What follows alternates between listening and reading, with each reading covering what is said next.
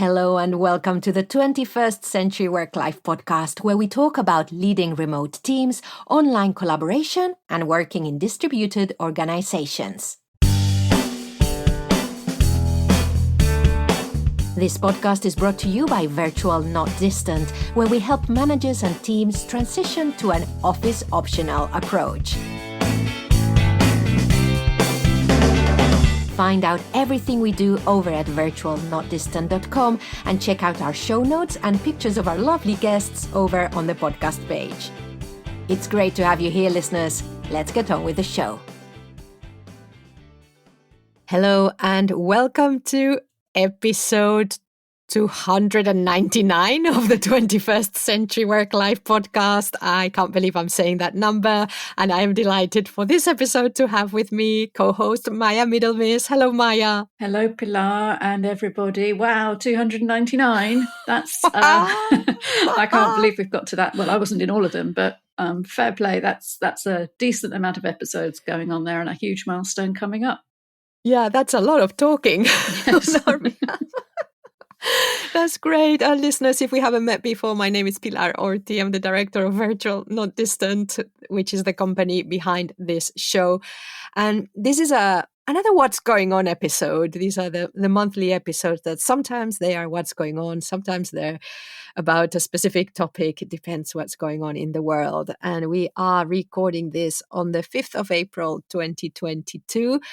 Yeah, we've got a couple of articles, posts, just points of conversation to go through, including what's going on after 2 years of lockdown in Spain with telework, still called teletrabajo there.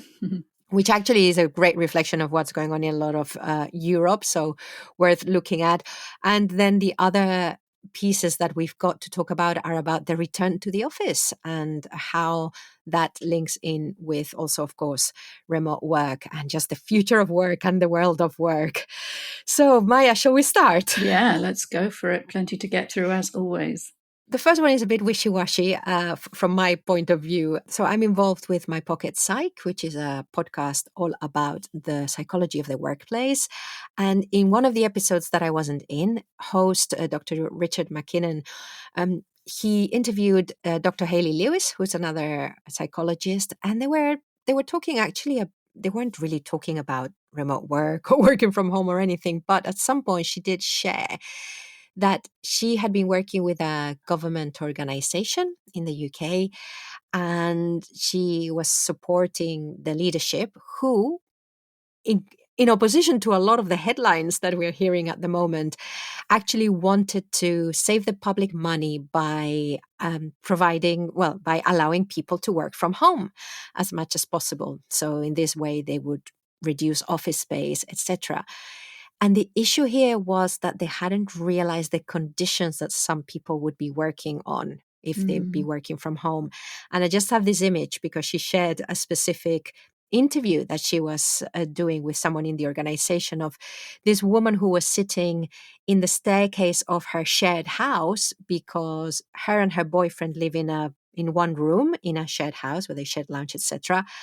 Her boyfriend was working and having a meeting in that room, so she had to take the interview in a staircase in the hallway.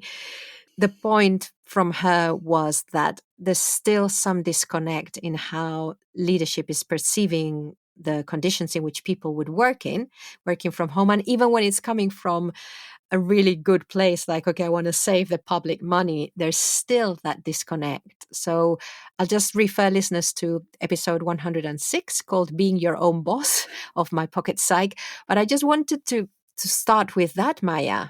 Yeah, I think it's a really important reminder that a lot of the people involved in the decision making might be in quite senior roles within an organization and have the kind of salaries and disposable income that means you can set up an office comfortably from home. Whereas often in the public sector, wages aren't high, and it's perfectly possible that people are working in conditions which aren't at all ideal. And we know this happened a lot during lockdown. But this isn't a sustainable strategy going forward. So if you want to save money by closing your office, you really need to have some honest conversations with people about what they need, what they've got, and maybe you need something like a co-working budget. for people who simply don't have anywhere at home, or you need a policy where it's fine over the longer term for them to move miles away from your expensive town centre location if they never or rarely have to come in or something. But we can't expect people to keep working like that. It's really not a good way to save money. And I think it's really interesting that the conversation we're hearing is that, and when I say we're hearing, I mean maybe that I am looking at, because I'm looking at the articles that are being shared online and social media, the stories that I'm hearing about, some even newspaper articles in the main media also, that there's a lot of have the conversation with people because you shouldn't be expecting them to come back to the office. And I'm wondering whether that is also making it more difficult for people to have the conversation and be able to say, I cannot work from home. So you're giving me all this flexibility. You are maybe closing down the offices in the name of many things. I'm sure that flexibility also came into this. However, for me, it's very difficult to say, I do not have a home from which I can work in, Yeah. because that might mean I'm saying no to flexibility. That might mean that the plans don't seem as popular to have all this remote work included and stuff. So I think we have to be explicit about this and make sure that people can bring up these kind of issues. Yeah, it's really personal. It's not easy to say, well, my home isn't right for this, because that's nobody's business at work in normal Mm. conversations. So, there has to be a certain amount of psychological safety to be able to have this conversation where it needs to be had, whether that's within the team or directly with a manager or so on, and figure out a solution. And also just being respectful of everything people learned about themselves during the forced lockdowns about how they work best and where they work best. They might have plenty of space at home and they just don't get on with working there for whatever reason. So people have different needs. Also, it's not necessarily a straightforward cost saving. I'm sure there's going to be a ton more number crunching on this over the years. People try to work out where the savings have come from, as what models of work we're going to use going forward. But I was looking at some research from a big collaboration brand recently. It's not even quite published yet, but they've certainly found that organizations which are going forward with either a remote first or a hybrid setup are budgeting way more for IT.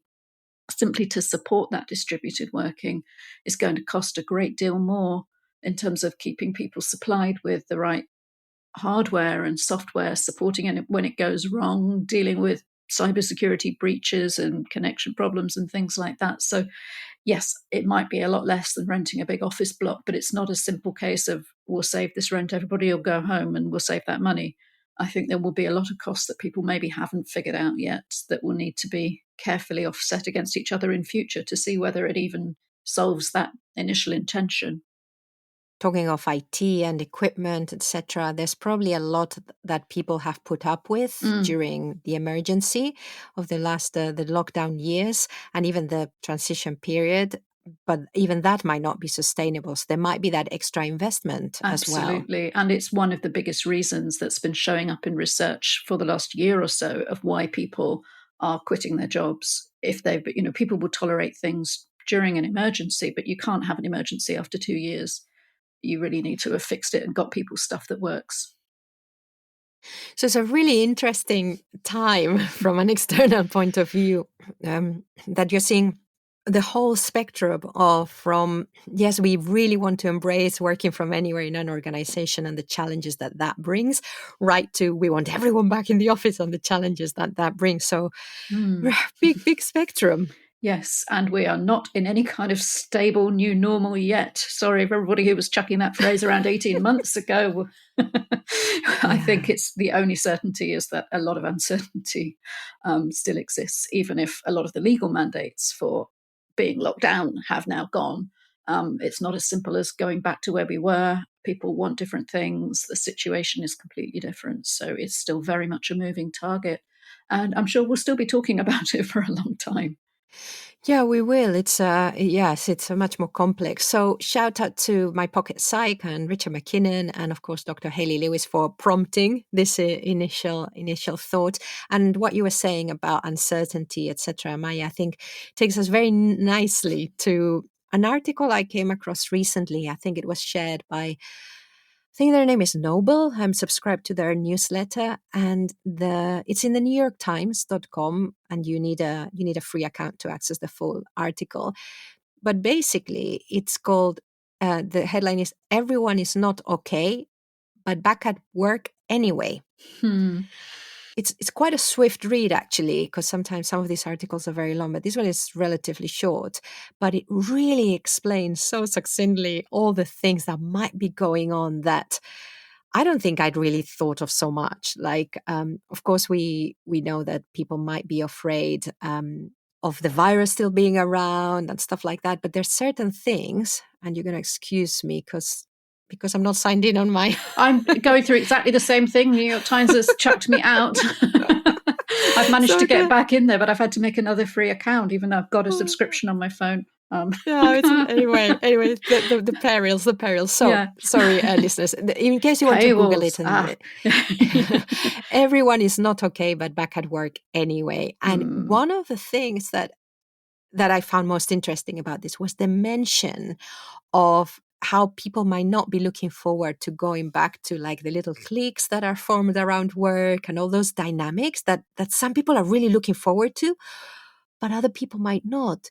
And the thing that it got me thinking about that I haven't thought much about yet before was the dynamics of a team, even one that has been formed already.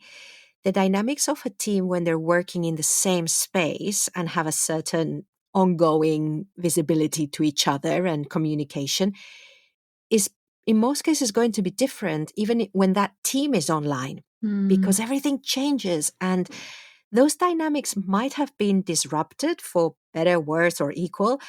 And now you're suddenly going to a context, an environment that is a historical environment from a couple of years ago, and yet everything's changed. Yeah, But well, you've got you've this connection of changed. how it was. Yeah, Yeah. you've changed, and you haven't changed in lockstep with all of your colleagues because you've all had unique experiences of the Yeah. pandemic and lockdown time. For some people, it's been quite nice not to commute and they've been very comfortable working at home. Other people have been bereaved and sick. Other people have had nightmares trying to homeschool and, been through it's that whole all the memes about same storm, different boats. You take all that back with you into the workspace. And some people will feel like, well, we're just picking up where we just left off because nothing major has changed in their life experience. For others, it's as though you've been away from each other for 10 years or you're a completely different person, and how you might then struggle to relate and pick up those threads of face-to-face connection that you once had. Or maybe you were really nostalgic for going back, but you felt somehow it would be like going back to 2019, and you go back and you find that everybody else has changed, even if you haven't. And yeah, I think the potential upheaval here is huge. So many people are talking about the fact that these conversations have been opened up during lockdown, and to be brave enough to then bring them back, because I think that the flip side of that is that actually for a couple of years, we've concentrated so much, not just on the work, but also on taking care of each other at all these levels, that actually some people might just want to go back to just being at work. Yes. and that can also, if you've got a team, as you say, where people are at different levels there, that can also be difficult. And maybe, hopefully, one of the things we can take back with us is a little bit more openness about talking about how we are emotionally, about sharing that stuff. Maybe it was easy when we just tapped out a quick Slack message rather than looking someone in the eye and asking how they are or talking about our own emotions. But if we've learned anything about how we need to support each other, I would love to think that could be one positive legacy, that we have a better understanding of well-being and mental health needs and how to look after each other. And lots of those asynchronous practices, and the thought came when you said about sending a quick Slack message. I think it's worth seeing how many of those practices we want to hang on to, because it could be that I am very happy to be open about how I'm feeling on a Slack message. Yes. And actually, when I'm looking you in the face or when we're next to each other, I'd rather not, for whatever reason. That doesn't matter. So, Absolutely. Well, I've got teenagers, so I mean, I mm. know about that. They can't talk to me about anything face to face, but we can WhatsApp each other from within the Yeah. same house. Sometimes that's where we get to the really important stuff that's going on for them, which they would find very difficult to talk to their parents about face to face or in the same room. So, yeah, I think that's definitely something important, and I'm sure we'll carry on with our communication and collaboration practices a little bit more asynchronously as well, even when we are sat next to each other again. Yeah, and it's all about diversity as well. We're talking all the time about diversity in the workplace, and even, I mean, we're really honing down to being really, really looking at a micro part of the person around this, which is, yeah, I want to show up at work, in a certain way, and some of that might be that actually there's a kind of communication that I am only comfortable doing in a certain way, and again, Mm. in the same way as a lot of differences became very visible when we were forced to work apart from each other. I wonder if a lot of these differences are also now going to be very visible when we start negotiating two different environments. Yeah, I'm sure you're right. And people will figure it out as they go along. Different teams will come up with different balances. Some of them would have an explicit conversation about it, others will muddle through. But I think everybody will find their way in time, and it will be interesting to look at how things have changed if we ever get to that point where we're finished with all of this transition. Yeah. And then another point the article made, of course, is around, you mentioned it before, uncertainty, which is Mm. the fact that things are still uncertain. I mean, the setup is still uncertain, and that's fine. Organizations need to do this carefully and slowly. And there's uncertainty around the disease as well. Yeah. Because it's all very well saying, well, we've got to live with it, as they're saying in the UK. Yeah, but what does that even mean? And Yeah. I don't know whether living with it means that I have to every 2 months stay home ill, or that it means that I'm not going to get ill. What does it ever mean? So, and I And we're think not that, counting and measuring and testing anymore, so we'll never know. oh, we'll never know. We'll Yeah. never. Anyway, that's for another show. Yeah, but Um, it does definitely create that little bit of uncertainty, definitely raises the kind of background anxiety level just yeah. a little notch more, I think. Never mind thinking about what might happen next winter and so on. It seems like so many people I know at the moment have symptoms of one thing or another. Somebody told me the other day they had Schrodinger's COVID because they couldn't manage to get a positive test, but they were sure they had it and they Oh, couldn't afford to keep testing. Now you've got to buy their own. So, there's no requirement to avoid people anyway. So we're all living with that uncertainty about now and about what the future might hold. yeah. So very cheery. Yeah. my concern, as always, is that for us from the outside, it's very easy to say we need to give space to people, we need to have these conversations, and my concern is that the workload, nobody seems to be ready to compromise on the workload and say, look, yeah, we need to be doing this and this and this, but actually, if we just pull back a little bit, we'll still be great. But our people will have a little bit of breathing space, because I think that's still missing. Yes, I'm sure it is in a lot of workplaces. In others, they've already been affected by the consequences of that. And people saying, do you know what? I'm not going to take this anymore. Yeah. I've burned out. I've had enough. I'm moving on. And I think, hopefully there will be some learning from that eventually as well. There are so many environments and industries now where it really is a job seekers market, and remote work has opened up so many more opportunities. So I think people deserve to ask to be treated a little bit better and have their needs respected, including the workload that's expected of them. And it's not easy. We're not saying No. this is easy. It would be great.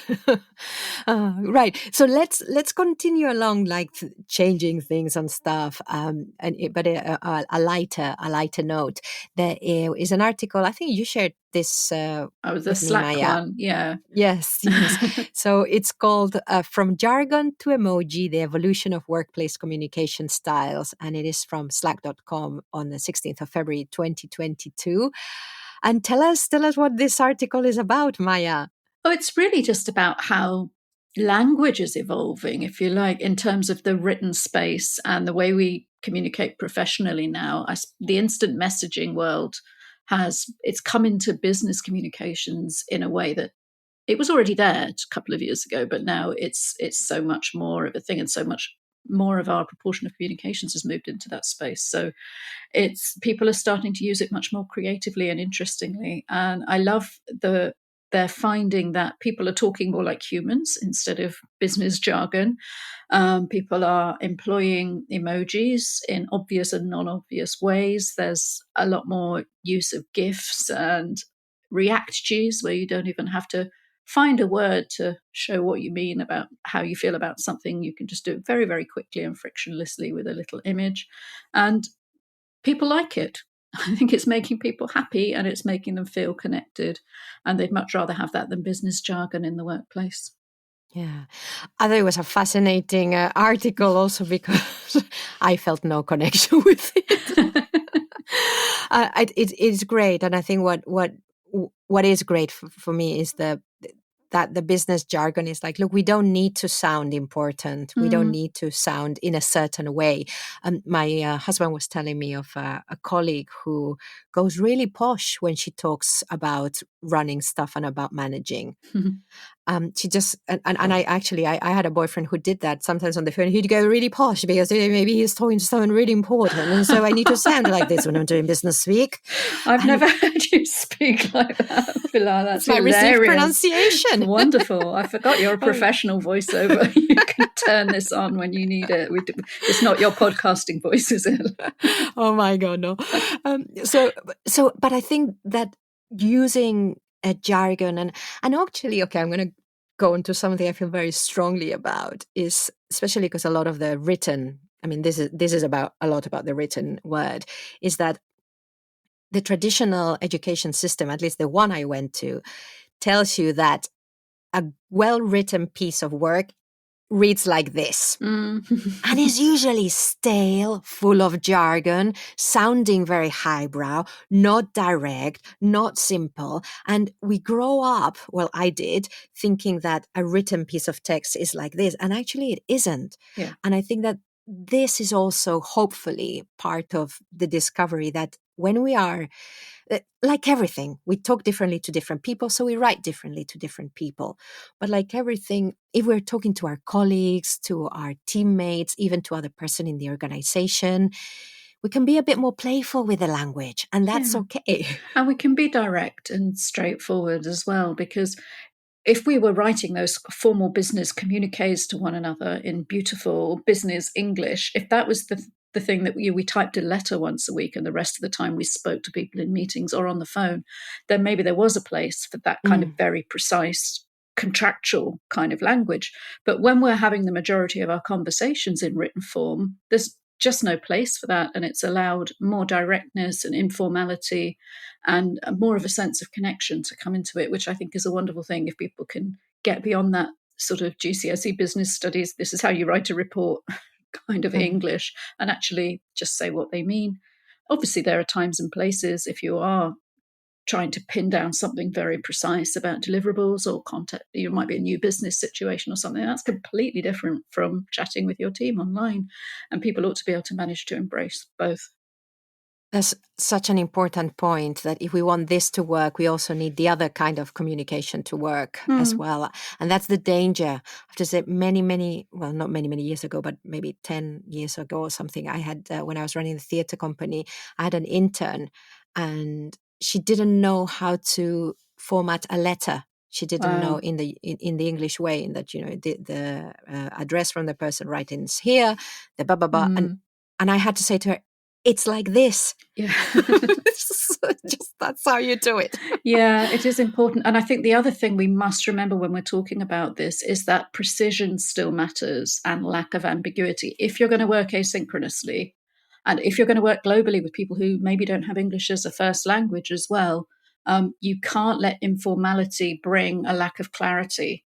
And this article talks about business jargon and slang, and that's one area it can creep in. But the other is simply laziness or not expressing yourself clearly. So we still need people to write well. It's just they're not necessarily after a Pulitzer Prize. They're just after clear communication, and we do need to still emphasize that. It can be short, it can be informal, it can be straightforward language, but it does need to be accurate and precise and be very clear what it means. On the flip side, so here's my reaction, what I was saying earlier. I have real problems with emojis and text mixing. Right. Sorry, I have problems with duplication of a message. So, for example, even this article, which of course is full of emojis, the emojis are being used like bullet points. So there's this one that says, smiley face, enjoying an increase in productivity. You already wrote enjoying. I don't need you to illustrate it. So I think even for me, that is too much information. You're overloading me now. Yeah. So I think there's the flip side of that, because what I am experiencing is that everyone thinks that it's all right in every circumstance to have emojis mixed with text, with this, that. And for me, it's noise. It's like underlining or bolding. It's just telling me the same thing. However, if they said an increase in productivity is, and then a thumbs up, I don't mind that, because that is just substituting. It is, but it might be partly an accessibility thing as well for screen readers, that it might be a lot less clear. And I think there are some guidelines about accessibility now coming out about not having emojis in the middle of sentences, for example, because screen readers can really trip up over them. And like, even if I'm out for a walk and somebody sends me a text and Siri reads it out, it's just really weird when it suddenly says slightly smiley face in the middle of a sentence. and that makes me think, for anybody using a screen reader, to look at this article, they're going to find it full of these weird interjections, but at least they're not in the middle of a sentence, which would be even worse. So it might be because of that. But again, these are evolving norms, that there isn't kind of an accepted practice about this as far as I'm aware. Yeah, and of course, I would have wanted in the article, I'm thinking more of how I've seen it used also in communication. But I think what you're saying also, it's the norms, it's the diversity, it's the evolution of it. Yeah. And it's also, again, not thinking that everyone is the same. Yes. Just because it's almost like we've discovered this way of making our communication a little bit more informal, and suddenly it's like full of it. Yeah. And yeah, so just think of people like me who are like, why are you smiling at the end of every message you're sending me? Yeah, okay. I'll try and not do that so much anymore. No. But I do love, for example, there is, and this is when, of course, we all say one thing and then do another. You know that emoji of the flamenco dancer? Yeah. I think it's a flamenco dance. I use her all the time when I'm happy. And as reactive, as ryokjis, whatever they're called. I love those. I love the fact that I don't have to type, that I can put a very quick visual thing that has energy behind it. Yes, it's a nice dynamic one, that. And very, some emojis have an energy behind it that is very difficult to achieve with words. So I like that. So anyway. They have their place, don't they? And I suppose it's also fair to say that different teams are going to evolve their own shorthand and their own, whether it's, you agree, within a team that your reactive for having read something means you put a check mark or the eyes emoji or whatever, that, these things might be explicit or they might be informal, but different places are going to find their own norms, and it might be perfectly appropriate within that team to sprinkle dances everywhere or whatever, as we do in ours now, because I like it too. There might be other teams that's less appropriate. I don't know. Who would want to work there? That's great. So before we go into the next one, listeners, if you have any, and it's funny how these things, they evoke such strong reactions, at least to me. If you have any strong preferences, if you have any strong opinions, or even if they're not that strong around this, we'd love to hear from you. virtualnotdistant.com. There's a contact form there you can use, or you can send a message to the Twitter account, which is at virtualteamwork with a 0 instead of an O. Or if you prefer good old-fashioned email, Pilar at virtualnotdistant.com. I would love to hear from you. We would love to hear from you, and we would love to share what you have to say with other listeners. But if you want to send us a private message, that is fine as well. Yes. It's not all about sharing everything. Send us your favorite emoji and tell us what it means to you. Yes.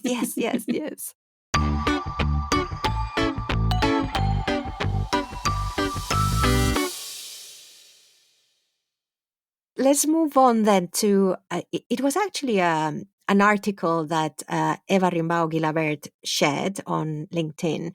And then I commented a bit, and the conversation evolved a little bit, which was really interesting as well.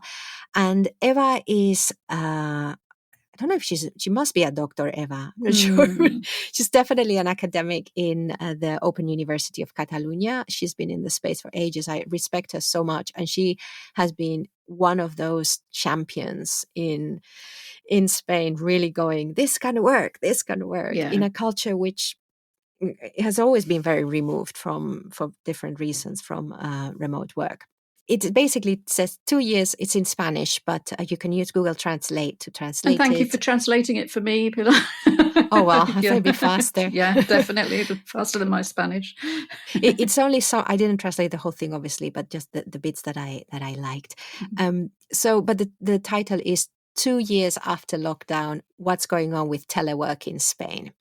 And I think it's still called teletrabajo. I think it will always be called teletrabajo, because the other things, they sound weird. Remoto is picking up a bit Remoto, as well. really? Yeah. Yeah. Oh well, potatoes.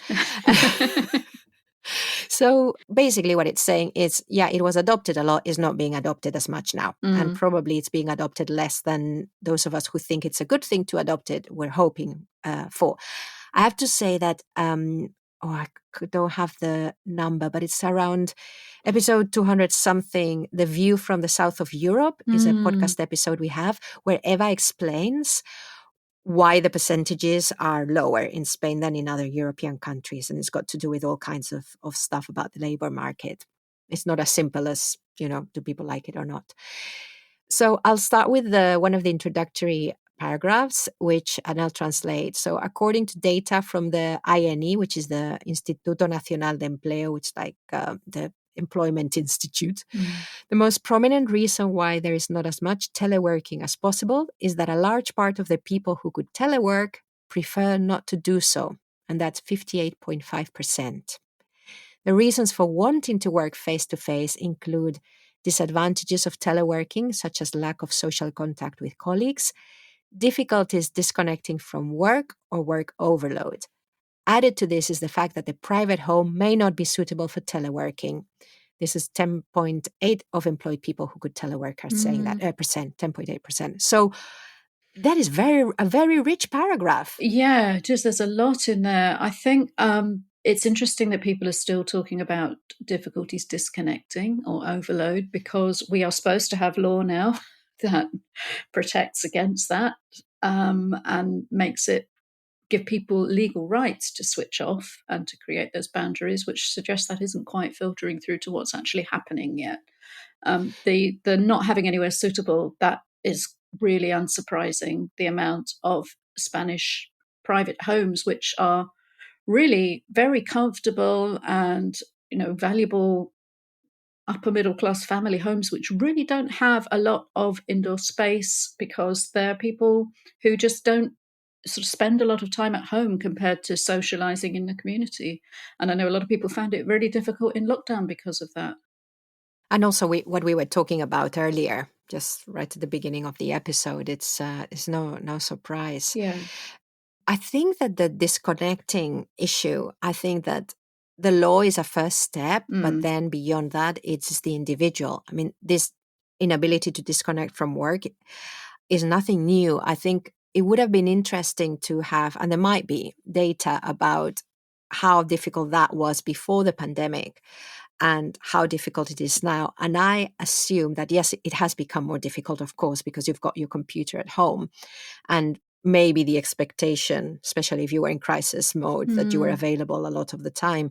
But I still think that mobile phones are a huge problem. Yeah. And I remember a friend of mine who was who way before the pandemic, with her BlackBerry, she would be on holiday and she'd be checking her emails, and there was no expectation.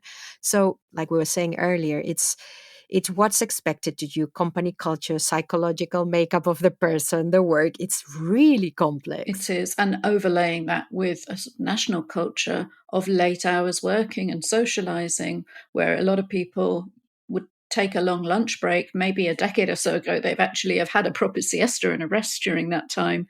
But instead, they're probably not going home, but then they're going back and working late into the evening because that's what people always do. And you're not necessarily going to do that differently just because you're at home. If your colleagues are working till sort of 8 o'clock or something, then it's quite difficult to log off and disconnect. Was really interesting, and you won't have heard this episode yet, but listeners might. So episode 298 with Laurel Farr, she said that her research in the US had actually showed, and this is back to the point made here, that a large 58.5% of people who could telework have prefer not to. Laurel was saying that what she had found in her research was that there weren't more people requesting remote work now than before the pandemic. It's just that they had a stronger case. Right. I think that's really interesting from what we are, again, from the feeling that I get from what I'm seeing, hearing, etc., would be that everyone is asking to work remotely. Yeah. And actually, when you start to look into it, it's not that. That might not be the case. No, I'm sure that's correct. And I'm sure that I think that also speaks to the amount of obstacles that were placed in people's ways before, because it was that chicken and egg thing. Well, we've never done it like that. There's no proof that that's going to work. Probably won't work. Whereas now, at least everybody's got the business case on their side of, look, we've managed the last 2 years. I would like to go on working this way. It's very difficult for an employer to say that simply won't work, because it's what you made them do for the last 2 years. So if you do want to make that business case, at least now you can. Whereas before, there may have been no precedent, no evidence, and you were actually asking your organization to take quite a big risk and letting you have that flexibility. So yeah, I'm sure we'll reach a point where we know roughly what proportion want it and get it. And maybe then we'll approach that new normal that's still out there one day. Yeah, the new normal. So the next piece of data of the people who have ever teleworked, they say that once the pandemic is over, and I think it's really interesting that people are thinking, I think it is really great, as we were saying before, that people understand and see that there's a now, there's a later, and there's the pandemic and everything. Once the pandemic is over, they would like to telework every day, 23.5% without ever going to the workplace, and 24.7% going occasionally, with an average preference of 3.8 days of telecommuting per week. So I haven't quite looked at this. It's a bit confusing that they say they would like to telework every day, but yeah, and then it says it's 3.8 days. But anyway, there's still a huge preference for being away from the workplace at least half of the week. Yes, and I think all of these surveys, regardless of how they present the data, they always seem to indicate a big spread of what people want and different ways of working. Even within the same organizations, it often, research suggests that there are different models in place and different roles, or people's preferences might be able to be accommodated. And especially the H word, hybrid, that we're still seeing chucked around anywhere, that can describe almost anything.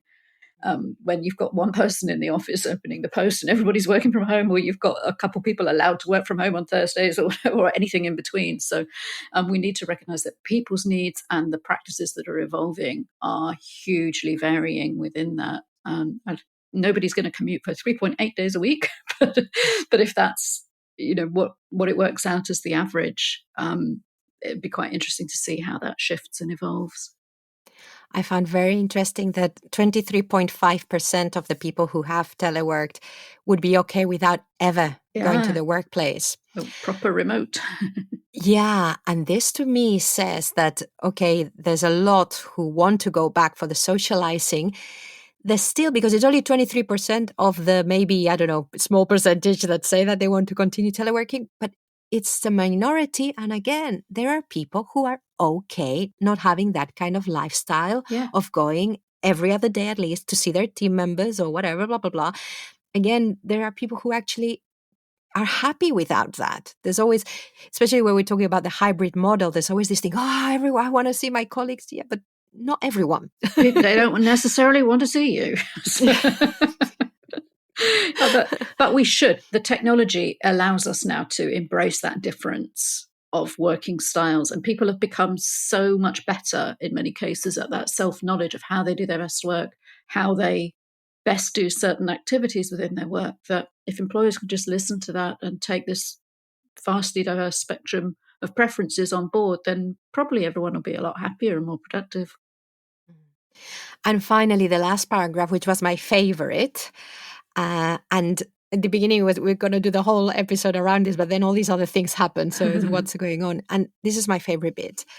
The face-to-face can be reserved precisely for collaboration and complex communication activities, for which adequate spaces are necessary, as we said before, while teleworking can be used for tasks that require greater concentration and simple communications.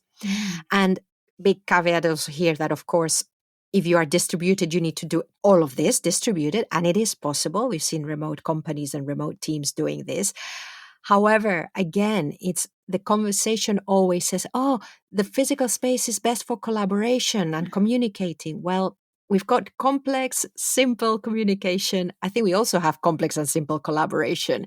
And it's good to distinguish between those if we're making the case for one space or the other. Yeah, definitely. And to really think about what that space is for. It's a bit like going back to the Dropbox virtual first model of they're not going to give people offices anymore. They're only going to give them these kind of collaboration zones and different ways. What they don't want people doing is coming into the office to sit and work on their own in a cubicle or to email people, who aren't in the building. You could do that from home. Whereas the kind of collaboration which is better served face to face probably needs a completely different setup anyway. And I don't know if simple and complex is necessarily the spectrum here. It's different kinds of energies of collaboration. And Yeah. I think it's also important to realize that different roles, different projects might have these different sorts of collaboration needs changing throughout their lifetime as well. You might need to be together to kick something off, and then you go and do your thing, and then you touch base, but you can do that remotely in a daily stand-up or something. And so there's all these different kinds of collaboration. And maybe that was all taken for granted when we were just in the office and we could just get together without really thinking about it. Now we've just got to be a little bit more conscious about it all. And maybe that will help us all understand our workflows a bit better. Yeah. Episode 297, listeners, Maya and I discussed the different rhythms of communication and in teams. And I think that's quite a good complement to this, because it really is about that. It's about understanding when we talk about collaboration, when we talk about communication, what are we really talking about, and what is the best way for us to do different things, where, how, when, etc. So I love this. And then I left a message for, I don't know if you've seen this, Maya, maybe you've only seen the article. I left a message for Eva in LinkedIn saying, oh, I love that you've mentioned different kinds of collaborate communication, complex and simple. And my head immediately went to complex collaboration is best served by people being together and bouncing ideas off each other and being able to have as much context around each other for communication as possible. So basically being in the physical space together. And Pablo, who's also a listener of this podcast, said, yeah, for complex collaboration, I prefer to be on my own, away from people, so I have time to think, digest. And that just, for me, that was great, because yeah, also, and don't take it for granted. The way you do complex collaboration might not be the way somebody else does. And there's probably some link to the introversion, extroversion scale in here as well. And just in terms of how people absorb information and interact with it, and whether other people are a distraction and a drain, or whether they stimulate you to collaborate better. So yeah, tons of stuff going on in there. And the problem is, of course, that sometimes we don't have time to do this. But if we can move some of the more transactional bits of communication into an asynchronous space and really simple and really simplify that, then we can have more time to talk about these kind of things while we set up. Because like all change and like all transitions, this is going to take some thinking through and talking through. So this is, hopefully this can start to take you in some direction when you're talking about this or whatever. And also, it wasn't Pablo; it was Pedro, the lovely Hi, Pedro, who does comment and stuff. He's around. So thank you very much. To both of them. I also mentioned, of course, like you mentioned earlier, the role of co-working spaces, so that people don't think that they have to work from home. And really, if if co-working, I think in Spain, like many people don't know what a co-working is, but there are lots of spaces, but I think that needs to come into the conversation as well. Yeah, it definitely feels like co-workings here are still a real niche and very much around the tech industry, and certain kinds of collaboration and certain kinds of people. Entrepreneurs. Yeah, it's very much around that, or bringing sort of new agile teams together for a tech startup. Whereas traditional employees who didn't want to go back to the office but would prefer to be at a desk, not in their house, I'm not seeing so much of that, and I'm not seeing them being marketed to either as potential co-working customers. So hopefully that will continue to shift. Yeah. Great. So, as all of that is shifting, listeners, we hope you you enjoyed thinking through again. These none of these things are really new because they just keep coming back, don't they, Maya? But it's interesting to see how they're landing, and the kind of things that are really picking up. I mean, the whole bit about the returning to the office and the mental health aspect of that is, I don't think we were expecting that. At least I mean, I knew it wouldn't be easy, but this just goes deeper than I had thought of. And I think a lot of employers weren't thinking about it either, maybe when they just said, right, everybody back. Yeah. And well, exactly. And that's okay because this is like, we've never been in this kind of situation. So for that, we are all in the same boat. How we experience it is different. It's true. And we've all shared certain common factors like, the geopolitical uncertainty with the war and things like that, rising fuel prices, which might affect people's ability to commute or might affect their ability to keep the heating on at home as well. So there's so many things here that are going on for people. It's a complicated time to be telling people you've all got to do this or we've all got to do that. So as we said, we are recording on the 5th of April, 2022, which means April's Fool's Day. 1st of April was only a few days ago. And I thought we could give a shout out to two companies, Maya. I'm not going to read the whole thing, but Paula from Omnipresence sent an email out, and she got me, I have to say. And basically, they are a distributed team, and their product is actually something that helps distributed companies employ people all across the world. And to send this email saying, Omnipresent, the remote work employment partner, today announced the shocking news that their global team of more than 230 people is being asked to head to the office. And then I'll just read my favorite bits. My favorite bit was, this includes the mammoth task of relocating employees from more than 40 countries to London. To incentivize staff, many of whom have reservations, Omnipresent will provide Pizza Tuesday, a ball pit, and Friday drinks in the office. That's what we've all been missing, isn't it, folks? That's what we've all been missing.